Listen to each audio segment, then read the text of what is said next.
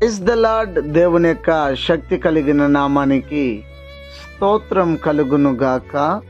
ఈరోజు దేవుని యొక్క వాగ్దానము యోహాను రాసిన 3వ పత్రిక 1వ అధ్యాయము 4వ వచనము.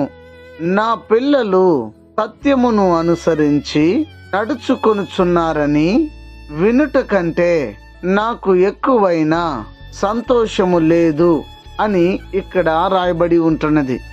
ఇక్కడ మనము లేఖనాన్ని బహు జాగ్రత్తగా పరిశీలనగా మనం గమనించినట్లయితే ఇక్కడ భక్తుడు తెలియచేస్తూ ఉన్నారు, నా పిల్లలు మరి సత్య విషయంలో నడుచుకొనుచున్నారు అని. ఆ మాటను వినడానికంటే మరి నాకేం కావాలి, మరి నాకేం సంతోషం ఉంది అని చెప్పి ఇక్కడ భక్తుడు అంటూ ఉన్నాడు.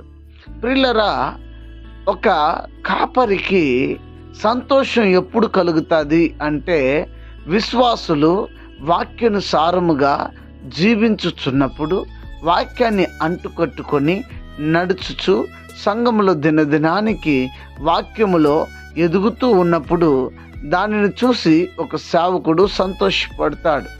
ఒక సేవకుడు మాత్రమే కాదు, కానీ సాక్షాత్తు నిన్ను నన్ను సృష్టించిన దేవాతి దేవుని సహితము సంతోషిస్తాడు. మనల్ని గూర్చి ఆయన ప్రబోధగణ దూతలతో సాక్ష్యం ఇస్తాడు. ఎందుకంటే నా కుమారుడు చూడు, నా కుమార్తె చూడు, ఎంత చక్కగా వాక్యములు ఎదుగుతున్నారు, ఎంత చక్కగా ప్రార్థన చేస్తున్నారు, ఎంత చక్కగా నన్ను అంటుకట్టుకొని ఉన్నారు అని చెప్పి దేవాతి దేవుడు, సాక్షాత్తు దేవాతి దేవుడు మరి మనల్ని గురించి సాక్ష్యం ఇవ్వడం జరుగుతాయి.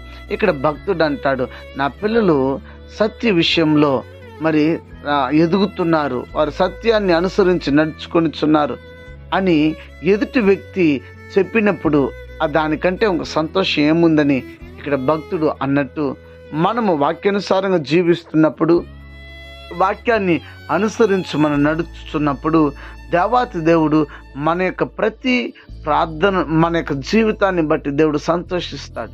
కనుక ఈ ఉదయకాల సమయం మందు దేవుని యొక్క వాగ్దానాన్ని వింటున్న వారులారా, నిన్ను బట్టి, నీ జీవితాన్ని బట్టి, నీ కుటుంబాన్ని బట్టి దేవాతి దేవుడు సంతోషిస్తున్నాడా లేకపోతే దుఃఖపడుతున్నాడా?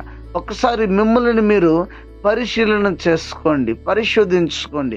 ఒకవేళ మిమ్మల్ని బట్టి దేవుడు బాధపడుతూ దుఃఖపడుతూ ఉంటే మీ జీవితాన్ని మార్చుకోండి, మీ అలవాటుని మార్చుకోండి, మీ ఆలోచనని మార్చుకోండి, వాక్యానుసారంగా మీ జీవితాన్ని కట్టుకోండి. దేవుని చిత్తానుసారంగా నడవడానికి మిమ్మల్ని మీరు సిద్ధపరచుకోండి. ఎందుకంటే మీరు దేవుని చిత్తానుసారంగా నడిచినట్లయితే మిమ్మల్ని బట్టి ఇటు సంఘ కాపరి సంతోషిస్తాడు, దేవుడు సంతోషిస్తాడు. కనుక గమనించి లోపములను సవరించుకొని ఈ ఉదయకాల సమయం ముందు దేవుడు మనతో మాట్లాడిన విధానాన్ని బట్టి మరి కృతజ్ఞతలు అర్పించి ప్రార్థన చేసుకుందామా?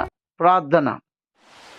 ప్రేమ స్వరూపి, కనికరం, కృపగలిగిన దేవా, దయగలిగిన రాజా, నీ దయకై నీ కనికరతకి వందనాలు, స్తోత్రాలు ప్రభువా. ఈ ఉదయకాల సమయం మందు మీరు మాతో మాట్లాడారు, వందనాలు. మా లోపము సవరించుకొని ఇష్టకరమైన జీవితం జీవించటకు సహాయం చేయండి.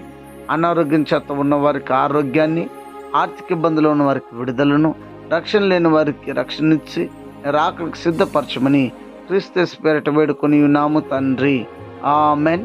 God bless you. దేవుడు మిమ్మల్ని దీవించి ఆశీర్వదించునుగాక. ఆమెన్.